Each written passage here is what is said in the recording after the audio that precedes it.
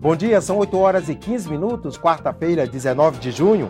Esta é a TV Senado. Eu sou André Ricardo e você assiste agora ao Senado em Dia. O plenário aprova novo sistema para fundo de participação dos estados. Cientistas políticos e parlamentares tentam entender a onda de protestos no Brasil. O Senado deve agilizar tramitação de projeto para passagens de ônibus. Planalto também se pronuncia sobre o assunto.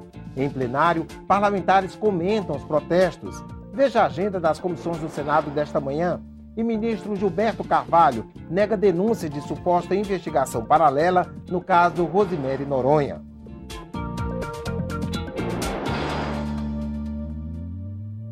O plenário aprovou ontem um novo sistema para o rateio do Fundo de Participação dos Estados. O Congresso tem 2 semanas para definir as regras do FPE. A matéria de difícil acordo já havia passado pelo Senado e agora tem que voltar à Câmara. Também foram votadas 2 medidas provisórias. Uma tentativa de frear a inflação. A medida provisória 609 isenta os produtos da cesta básica de PIS e COFINS. Também foram incluídos na lista alguns itens de limpeza, material escolar, de construção, rações animais, camarão, fraldas geriátricas e produtos para alimentação intravenosa.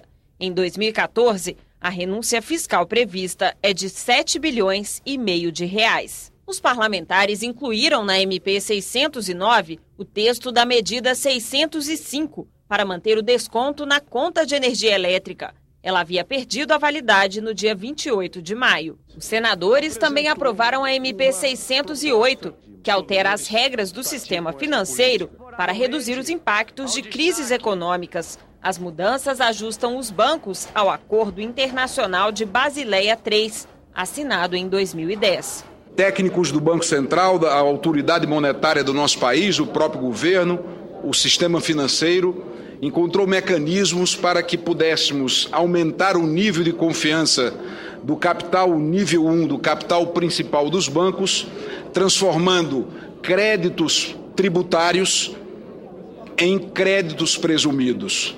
Esses créditos tributários têm origem no pagamento que os bancos realizam de imposto de renda de forma antecipada das operações de crédito. O plenário aprovou as MPs para abrir a pauta ao projeto que cria novas regras para a distribuição do FPE, Fundo de Participação dos Estados, depois de a Câmara rejeitar o substitutivo do Senado. Nesta terça-feira, 41 senadores apresentaram um novo projeto, semelhante ao anterior. A proposta mantém as regras atuais até 31 de dezembro de 2015, para não interferir na previsão de receitas e gastos de cada estado.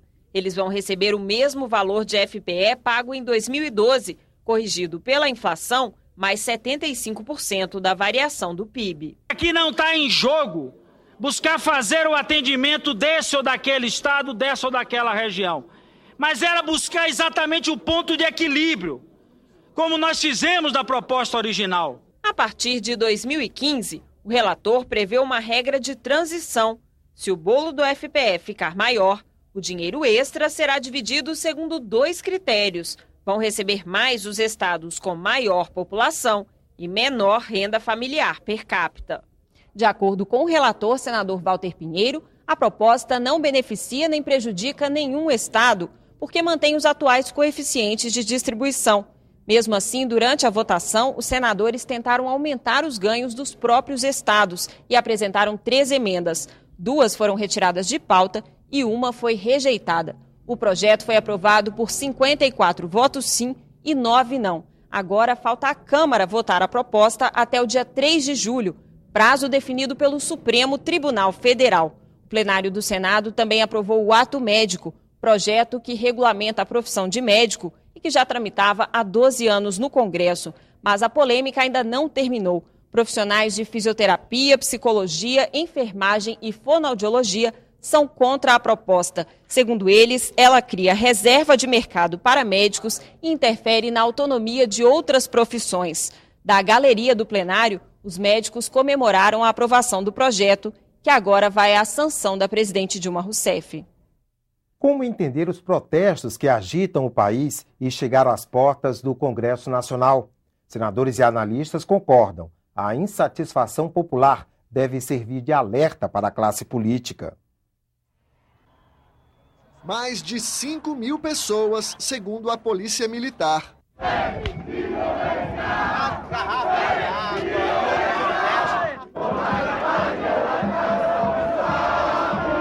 Os manifestantes ocuparam a marquise do Congresso Nacional e projetaram sua imagem nas cúpulas do parlamento. Eles não trouxeram uma pauta fechada de reivindicações, mas nos cartazes feitos à mão, uma série de protestos. Críticas à Copa do Mundo, queixas contra a repressão policial, contra a proposta que restringe o poder de investigação do Ministério Público, pelo fortalecimento da democracia, mais dinheiro para a educação e menos para os políticos. Cara, motivo não falta.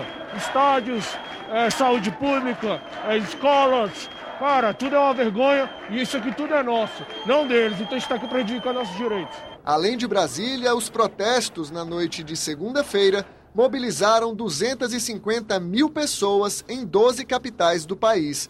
No Rio de Janeiro, os manifestantes incendiaram um carro e entraram em confronto direto com a polícia. A professora apanhando por manifestação pacífica. Na manhã desta terça-feira, a multidão deu lugar ao pessoal da limpeza, que teve muito trabalho para recolher todo o lixo dos manifestantes.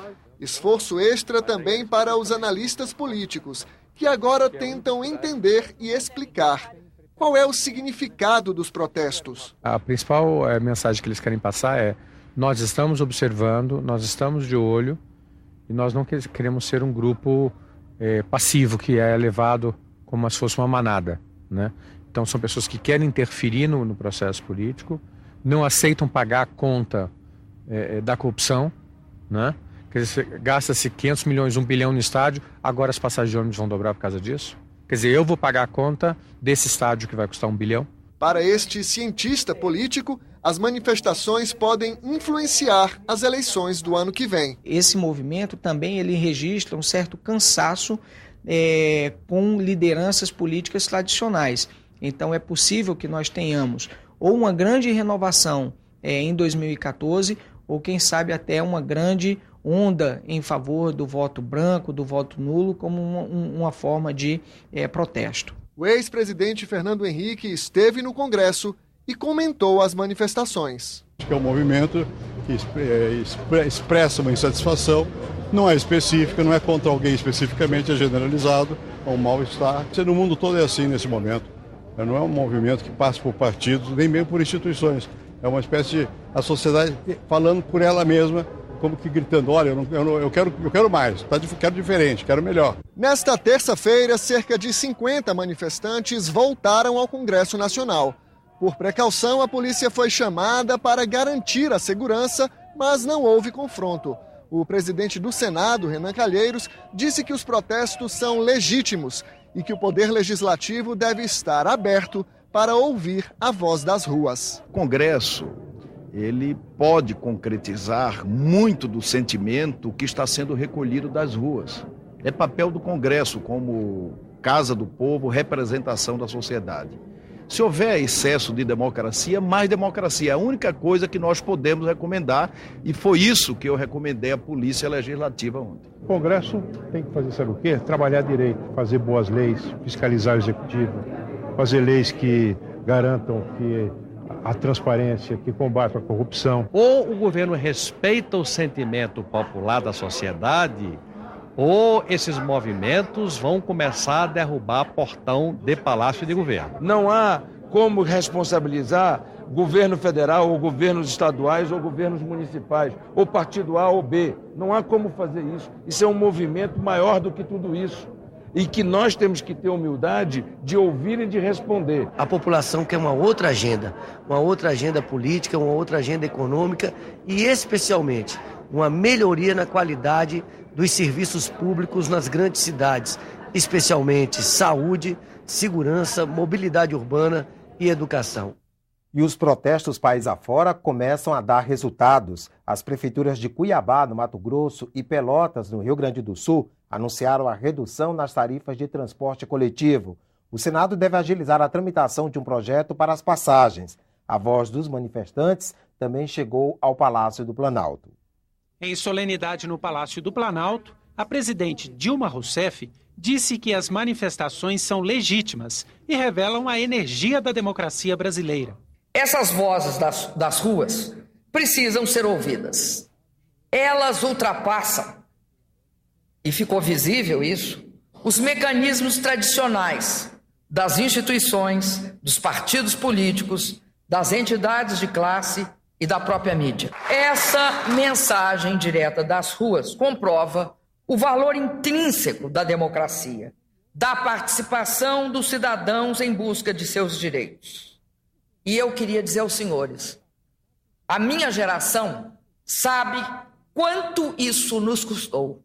O ministro da Secretaria-Geral da Presidência, Gilberto Carvalho, participou de uma audiência pública no Senado e avaliou a onda de protestos. O ministro demonstrou preocupação com atos isolados de violência e disse que é preciso negociar com os manifestantes. Em relação à questão dos transportes, estamos dispostos a conversar naturalmente com estados e municípios para ver como que nós podemos participar, mas sempre lembrando que é uma responsabilidade dos estados. Enfim, é um diálogo que se inicia e que nós entendemos que vai ser longo e eu espero que seja muito proveitoso. Para atender à reivindicação de redução dos custos do transporte urbano, o presidente da Comissão de Assuntos Econômicos, senador Lindbergh Farias, incluiu na pauta desta terça-feira um projeto que concede incentivos fiscais para o setor.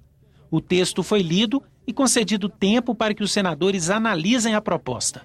Eu acho que a desoneração pode chegar até 20% de redução do preço da passagem. É uma desoneração muito importante. A gente vai começar uma semana de negociações com o governo federal, com os governos estaduais, com os prefeitos e vamos discutir também com os estudantes. E ontem houve mais protestos em São Paulo, Belo Horizonte e Florianópolis. No plenário, senadores elogiaram as manifestações, destacando a participação da juventude. Os parlamentares também ressaltaram a índole pacífica do movimento. Para o senador Paulo Paim, não se pode criminalizar o movimento pela ação de alguns poucos. Nós que aqui reclamávamos tanto que a juventude estava parada, como se anestesiada, aí está a juventude fazendo o seu protesto. Portanto, não me venham com a ideia de criminalizar os movimentos sociais. E digo mais, muito menos se confundir a truculência de alguns, o vandalismo de alguns, com a grandeza das manifestações que são, na verdade, liderados pela ampla maioria. É muito importante que as manifestações se caracterizem pela não violência, não a depredação, porque cada episódio de depredação, de incêndio, de destruição de ônibus e coisas dessa natureza acaba prejudicando os próprios objetivos expressos por aqueles que têm feito as manifestações. O senador Inácio Arruda destacou algumas propostas dos manifestantes. Quero, inicialmente, me congratular com as organizações juvenis e populares em manifestação pelo Brasil afora, em defesa de bandeiras muito significativas, que têm, e quero entender assim, o objetivo de não deixar o nosso país regredir naquilo que nós conquistamos, que tenha esse sentido de consolidação democrática, de avanços econômicos no sentido da modernização do sistema de transporte coletivo do Brasil público, em aumentar os recursos destinados à educação, à saúde pública. A senadora Vanessa Graziotin ressaltou a falta de lideranças do movimento. O que nós temos hoje é um movimento, e os jovens assim se autodenominam um movimento, que não há uma liderança única, existem lideranças múltiplas. E eu, como fez Vossa Excelência, senador Inácio, o próprio senador Rodrigo Hollenberg, eu quero aqui dizer que, primeiro, todos nós, eu tenho muito claro a importância desse tipo de mobilização. Não só tenho claro, mas defendo e apoio qualquer mobilização que seja ordeira, que seja pacífica. Nos protestos pelo país, a máscara usada por muitos manifestantes chama a atenção e desperta a curiosidade. Afinal, que personagem é esse? No meio da multidão, uma figura sorridente com um fino bigode. Em alguns rostos, a máscara pálida foi pintada com as cores da bandeira do Brasil. É o rosto estilizado de um inglês do século XVII. Guy Fawkes foi condenado à morte por tentar explodir o parlamento britânico e substituir o rei protestante por um católico. Há 30 anos, o personagem chegou à cultura pop numa história em quadrinhos, e em 2006 um filme popularizou a máscara. Ela foi adotada por ativistas e piratas da internet e ganhou as ruas das grandes cidades do mundo. Qualquer que seja o motivo do protesto, a máscara do Anonymous, como é conhecida, simboliza a insatisfação e a rebeldia. Confira agora a agenda das comissões do Senado para amanhã desta quarta-feira. Na primeira parte da reunião, a Comissão de Infraestrutura faz a audiência pública, a infraestrutura rodoviária e a mobilidade urbana.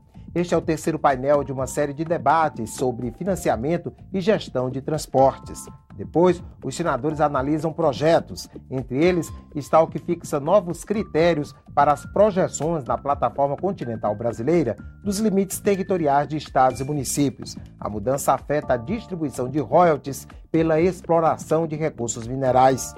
A audiência pública na Comissão de Direitos Humanos para debater as questões legais envolvendo o casamento homossexual. Uma das convidadas é a ministra Maria do Rosário, da Secretaria de Direitos Humanos. A Comissão de Constituição e Justiça está prevista para daqui a pouco, às 9 horas da manhã. Quem traz informações ao vivo sobre a pauta da comissão é o repórter Ronaldo Martins. Bom dia, Ronaldo. Bom dia, André Ricardo. A Comissão de Constituição e Justiça tem na pauta de hoje 7 projetos terminativos, que são aqueles votados em decisão final, sem necessidade de ir para o plenário. Entre eles estão o projeto que cria regras para a realização de concursos públicos pelos governos federal, estaduais e municipais. O projeto que autoriza o Poder Executivo a criar a Secretaria Nacional dos Povos Indígenas e o projeto que cria regras para a impugnação de pesquisas pré-eleitorais. André? Obrigado, Ronaldo. Outras 2 comissões se reúnem na manhã desta quarta-feira. Na Comissão de Assuntos Sociais, um dos projetos em exame é o que reduz de 65 para 60 anos a idade mínima para recebimento do benefício de prestação continuada. Esse benefício atende pessoas idosas e com deficiência, integrantes de famílias consideradas extremamente pobres. O primeiro item na pauta da Comissão de Desenvolvimento Regional trata da acessibilidade nos passeios públicos. Ele altera a legislação sobre a política urbana ao incorporar medidas para facilitar o acesso de pessoas com deficiência ou com mobilidade reduzida. E a Comissão de Assuntos Econômicos faz audiência pública às 11 horas sobre o projeto de lei que institui o regime de incentivos ao transporte coletivo. Esse regime prevê que municípios implantem ou bilhete único ou alguma espécie de rede integrada de transportes. O ministro-chefe da Secretaria-Geral da Presidência da República, Gilberto Carvalho, prestou esclarecimentos sobre denúncia da revista Veja de maio deste ano. Ele participou de audiência pública na Comissão de Meio Ambiente e Fiscalização e Controle e negou a existência de uma investigação paralela à da Casa Civil que apurou o suposto tráfico de influência envolvendo a ex-chefe do escritório da Presidência da República em São Paulo, Rosemary Noronha. O ministro Gilberto Carvalho apresentou a íntegra da resposta enviada à revista Veja. Ele lembrou que a sindicância da Casa Civil sobre a atuação de Rosemary Noronha foi instaurada depois que a Operação Porto Seguro da Polícia Federal revelou em 2011 um esquema de negociação de pareceres técnicos fraudulentos para beneficiar interesses privados. O ministro explicou que Rosemary era subordinada à Secretaria-Geral da Presidência da República e que os dois tinham uma relação de amizade. No entanto, ele negou que tenha havido investigação paralela à da Casa Civil. Gilberto Carvalho explicou que a Presidência da República tem uma Secretaria de Controle Interno, que acompanha todos os órgãos subordinados e as sindicâncias em andamento. A CISET é formada por servidores de carreira ligados à Controladoria Geral da União. A CISET apresenta, portanto, um rol de observações à Casa Civil, chamando atenção para a necessidade de alguns ajustes, de alguns procedimentos, exatamente para evitar a nulidade. O que está claro para mim, senhor presidente, senhor ministro, é que houve aí um desacerto, uma falta de coordenação e de entendimento, para não dizer desentendimento, no início dessa investigação. Essa divisão de tarefas deveria ter sido realizada especialmente em se tratando de um assunto de tal delicadeza política. O que houve foi, de fato, uma discussão técnica profunda, séria, o senhor viu pelo documento, em que a CISET aponta problemas para evitar exatamente nulidades. O senador Rodrigo Hollenberg questionou o ministro sobre outra denúncia veiculada pela imprensa de que agentes da Agência Brasileira de Inteligência teriam sido presos por espionar o governador de Pernambuco. 4 pessoas teriam sido detidas no porto de Suape e que essas pessoas com identidade falsa estavam ali, segundo a revista Veja, buscando fazer investigações sobre os passos do governador Eduardo Campos. Não há nenhuma atitude, não poderia haver nenhuma atitude do governo da presidenta Dilma de ter interesse em qualquer tipo de espionagem, arapongagem, o que seja, em relação a qualquer cidadão, qualquer detentor de função pública no país ou de qualquer cidadão de maneira indevida. A forma como Vossa Excelência tem conduzido as tarefas que são sobre a sua responsabilidade, para nós é uma tranquilidade, porque será todas elas levadas a bom termo e responsabilizando aqueles que ali erraram. Não seria diferente na Operação Porto Seguro. O Senado em Dia termina aqui. No decorrer da manhã, você acompanha outras informações nos boletins do Senado Agora. Enquanto isso, continue assistindo a nossa programação.